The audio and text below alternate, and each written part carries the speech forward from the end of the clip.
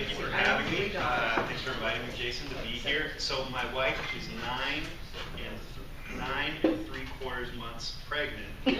Woke up this morning with just some really sparse contractions. Is your wife somewhere else?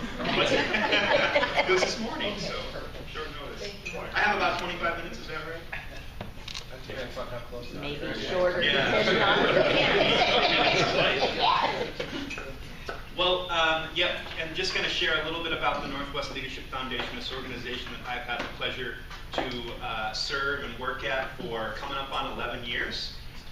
It's really been my primary work since graduating from the University of Puget Sound in 2005, and so it's an organization that I really deeply believe in, that's hugely shaped me and my love for this Tacoma community.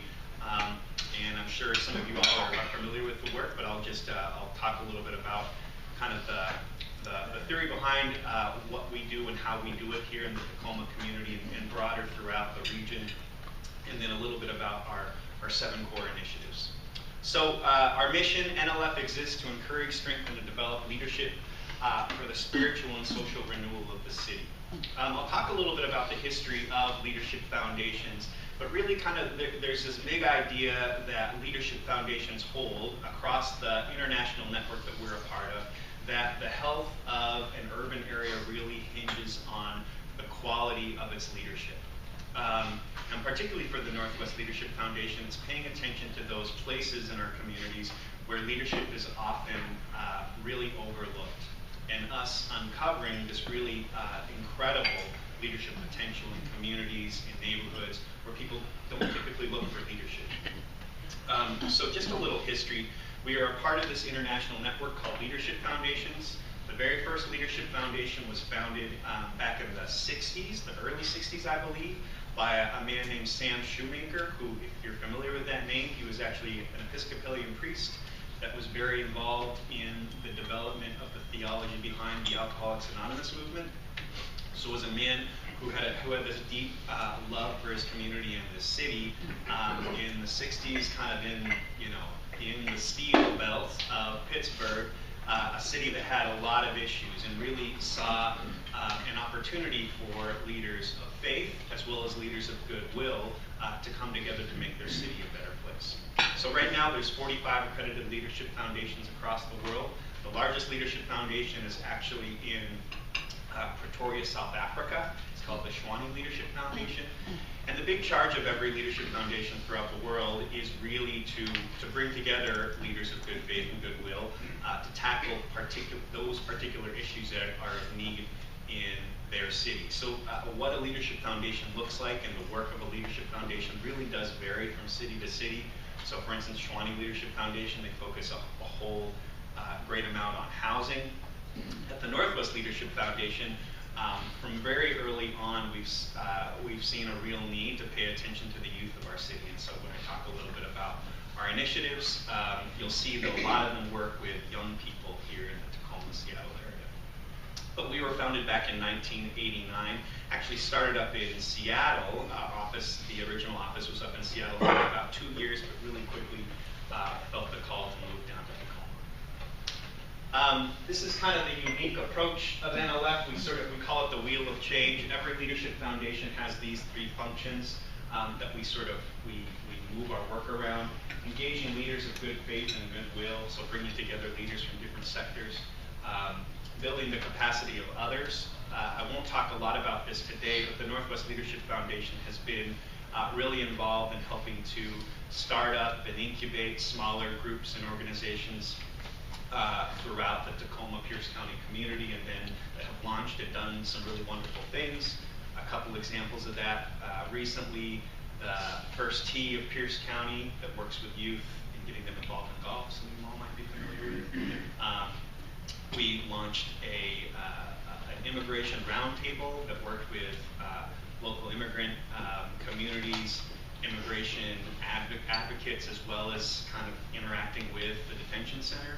So we've done a lot of different kind of projects like that, and working with individuals and groups of people that come to NLF with an idea, help to build their capacity, and then they launch into their own organization. And then lastly, developing joint program initiatives. We call We call our programs initiatives rather than programs because they're always done in collaboration and partnership with others. We think that's really important, especially in a world that can often seem like it's flooded with programs and many people thinking that it's just one more program that's going to solve that issue. NLF has the approach that the only way that we're going to solve some of the most deeply entrenched issues in our community is by better collaborating together. And so we call our programs initiatives. Yeah, just a little bit of language that we use to describe, again, how the kind of leadership that we look for. We find talented individuals in overlooked places with undeveloped leadership potential, and we develop that potential through collaborative, individually focused programs. Some of NLF's initiatives actually, people aren't necessarily familiar that they are an initiative of NLF, and we're working to kind of brand our work a little bit better so that they are aware of so community members are aware of them being tied back to the Northwest Leadership Foundation. But right now, 7 core initiatives that make up the bulk of our work. So I'll go through those really quickly, and then if we have time, I'll show the video. So the Act 6 Leadership and Scholarship Initiative was founded, we started that work about coming up on 16 years now. We call it Tacoma, Seattle's only full tuition, full need urban leadership scholarship. What that means, in partnership with currently 4 universities and colleges in Washington State, Gonzaga University, Whitworth University over in Spokane, and then Northwest University, which is up in Kirkland, and Pacific Lutheran University, which is just down the way, right? We partner with them to provide 7 to 10 for each school full scholarships per year. And it's not just for students that are the best in their class. It's not just for students that have 4.0.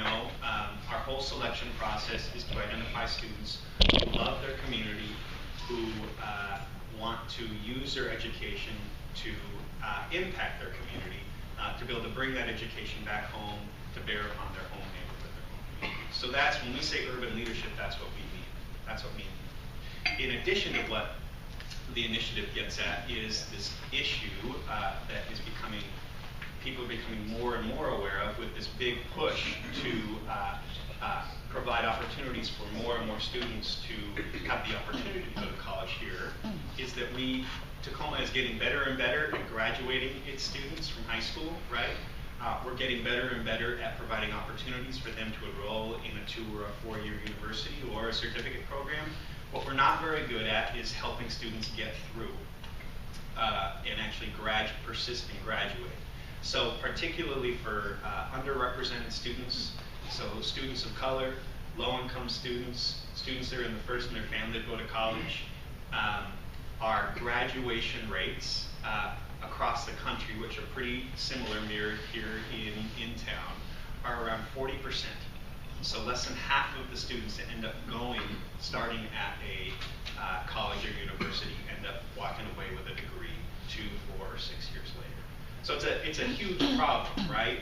Not only do those students not get a degree, a lot of the times they walk away without a degree and are burdened by debt.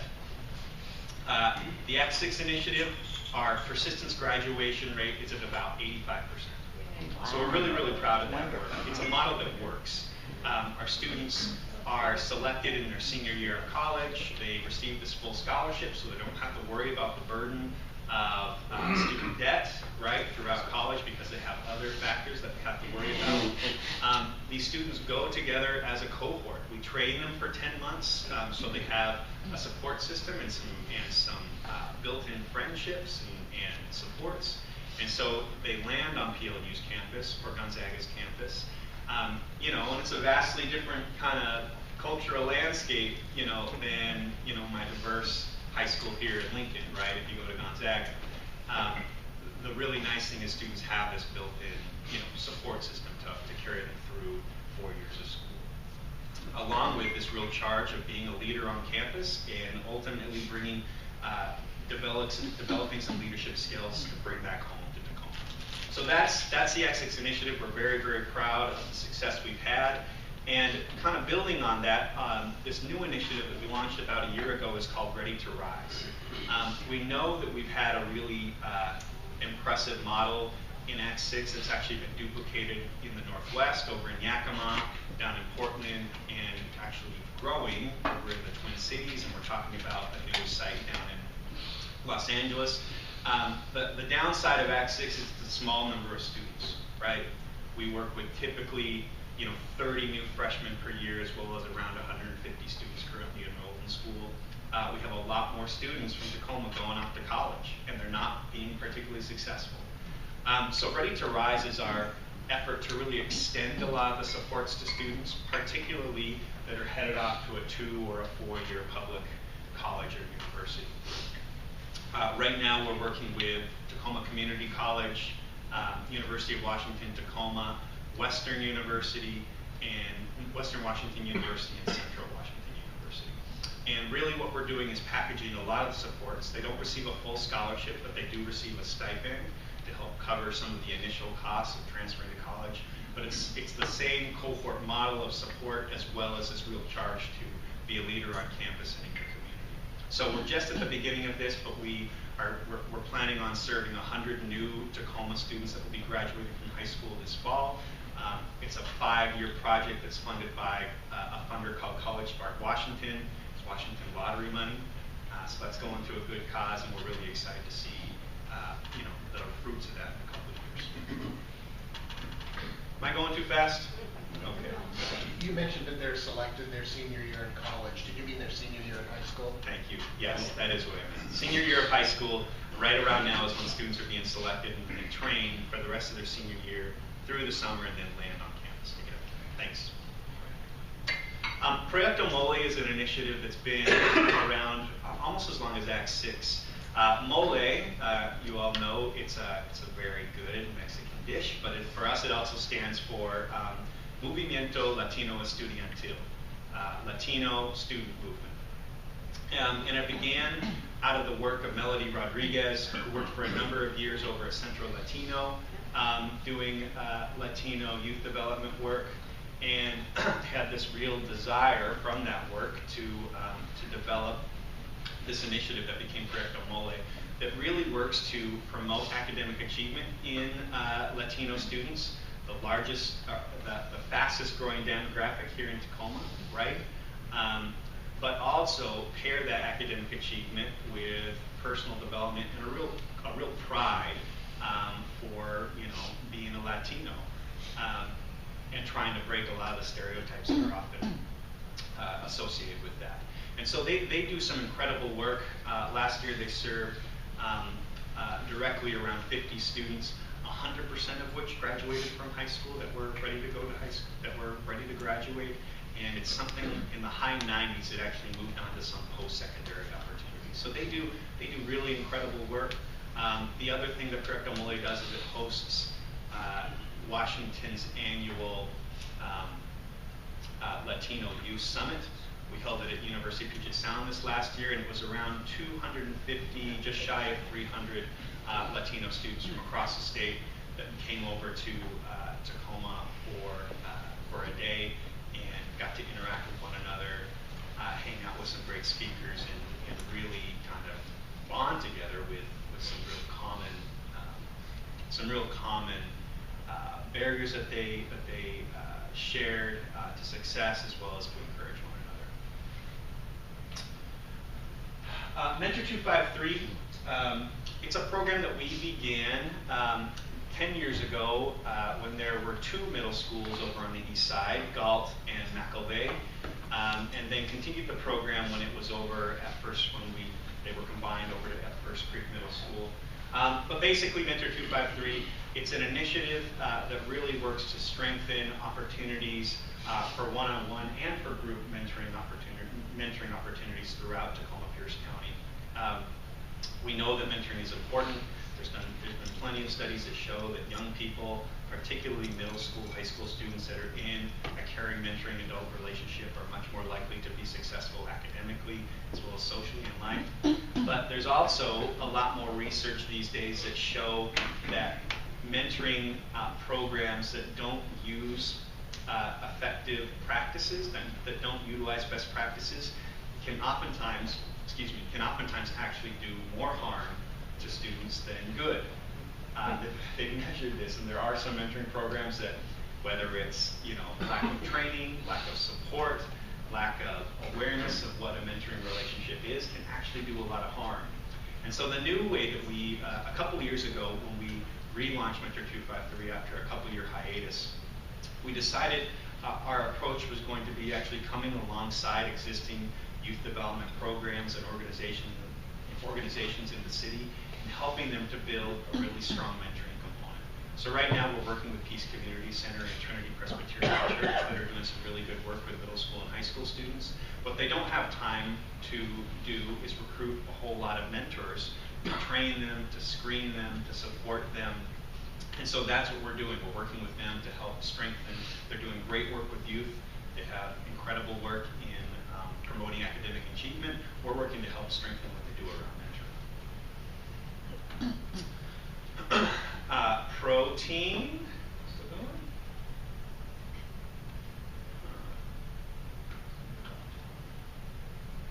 Well, I think we might be. Yeah.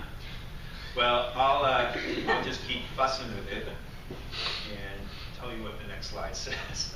So protein is our next initiative. I think it just froze up. I have to close and restart it. So protein is our initiative that really works to get at this issue called the school to prison pipeline that some of you all might be familiar with, right? A lot of times students that get in trouble in school early on through disciplinary, the school discipline system, or they get in trouble with the law through the juvenile justice system. A lot of times it kind of puts them in a trajectory that's really, really difficult to get off of, right? And teachers, parents, administrators begin treating these young kids as if they're criminals. And what protein has been, and it's gone through a lot of different iterations over the years, but it has been our response to the school to prison pipeline, particularly working with students that have gotten in some kind of trouble, middle school or high school, in juvenile justice system, in school discipline, and working to help reshape. A lot of these students have incredible leadership potential, but they've a lot of times used those, for whatever reason, through whatever pressures, they've used some of those skills that they have towards ends that aren't necessarily useful for them or for the community. And so that's, protein has gone through a lot of different phases over the year. For a number of years, we've worked with the juvenile justice system here in town, Raymond Hall, to provide an alternative diversions program where students went to an evening center that we held rather than going to Raymond Hall. And currently what we do is we work with students. We do case management on an individual basis based on referrals. Some students that are over at Raymond Hall currently, and some students that have been recently released. And then we also do some in-school mentoring groups over at Lincoln High School and Foss. And then lastly, let's see if it pulls up. Our most recent initiative is called Leaders in Women's Health. And Leaders in Women's Health is an interesting one. As you can, there's actually, before I get to Leaders in Women's Health, Urban Leaders in Training is our young adult service initiative. We are funded largely by an AmeriCorps grant through the state. So Jason and I actually met, it was a while ago when Jason was leading the AmeriCorps program over at Pierce County Habitat, and I was leading Urban Leaders in Training at the Northwest Leadership Foundation. So we work with roughly 13 to 25 young adults, mostly folks right out of college that commit to a year of service in the city, that we place either in smaller nonprofit organizations throughout the city, some churches, and some programs of NLF. And then lastly, Leaders in Women's Health.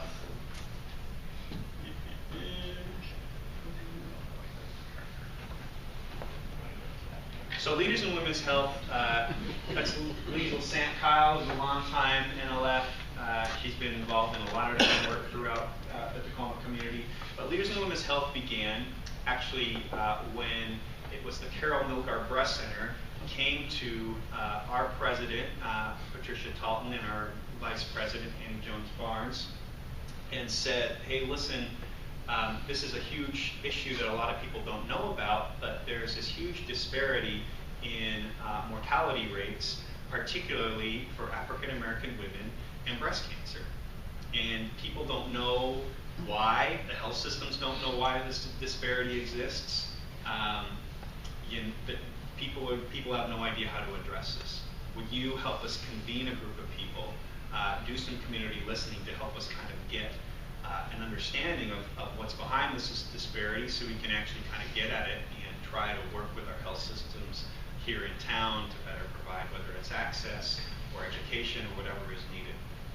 So out of that, out of those kind of initial listening sessions came this initiative that became called Leaders in Women's Health. It started as a small group of women that were really dedicated and had this real deep care for disparities in health. A lot of them were healthcare professionals, nurses and doctors in the area, and now that coalition is around, it's between 50 and 70 people that regularly show up on a monthly basis at NLF's offices. So back in the spring, we launched Leaders in Women's Health as an official initiative of the Northwest Leadership Foundation. And so we work with grassroots leaders as well as health systems to positively impact health disparities in areas of power. So we've done a number of these listening sessions in different neighborhoods throughout Tacoma to try to get at what are some of the barriers for residents to access health systems. We are funded largely by Franciscan and Multicare in Tacoma, and so that's kind of one of the new initiatives that we're just on the front end of, and we're really excited about kind of the opportunities that one has here in Tacoma to help strengthen that particular